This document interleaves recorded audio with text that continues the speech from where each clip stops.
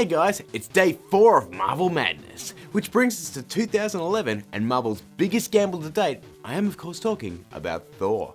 I say biggest gamble because Thor is kind of a hard sell. If I was to try and sell Thor in as little time as possible, I'd probably sound, nuts. Well, it's about this demigod named Thor who fights with a magic hammer, and when he travels by a rainbow bridge to a snow-covered planet to fight some Yeti dudes for trying to steal a glowing box from his vault, his dad gets really mad and banishes him to Earth with no powers. Meanwhile, his brother finds out that he's really a Yeti dude who was taken as a baby, and when he confronts his adoptive dad, he falls over and goes to sleep. The dad, not the brother. Meanwhile, Thor tries to find his magic hammer to get back home, but he has to learn humility to be worthy to pick up the hammer to confront his brother who has assumed the throne and unleashed a giant fire-breathing robot to go and kill Thor. And for some reason, the chick with the big boobs from Two Broke Girls is in it!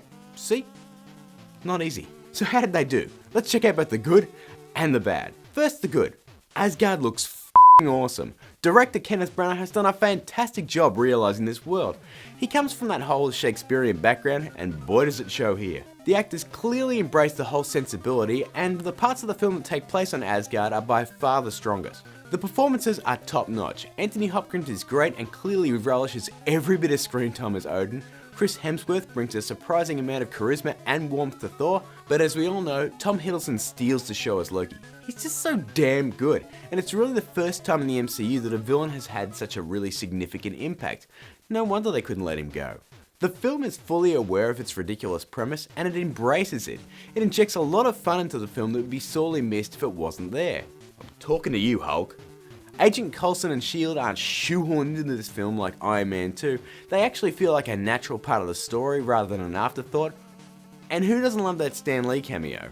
Now, onto the bad. The moment Thor arrives on Earth, the tonal shift is definitely jarring. The film goes from fantasy epic to goofy fish out of water comedy, and it takes a little time before you get used to it. It's 100% intentional on the filmmaker's part, but it doesn't totally work. Kat Dennings, she is, for the lack of a better word in this film, unnecessary. If she wasn't here, I don't think anyone would have noticed. Well, unless she dressed like this. The Thor-Jane Foster love subplot isn't as fully fleshed out as it could be. It just seems to be there because it's supposed to be there. Overall, I consider Thor a success on the same level as Iron Man. It takes a second-tier comic book character with a fantastical premise that isn't easy to sell in a 2-hour film, and for the most part, it nails it. With great performances and just enough self-mockery to justify the silliness, Thor is a great time at the movies. I'm giving it 4 Stan Lees out of 5. So guys, what did you think of Thor? Let me know down in the comments or on my Twitter or the Facebook page. If you're new here, hammer that subscribe button. We still have 7 more films left in Marvel Madness, and I'll see you tomorrow with 2011's Captain America, the First Avenger.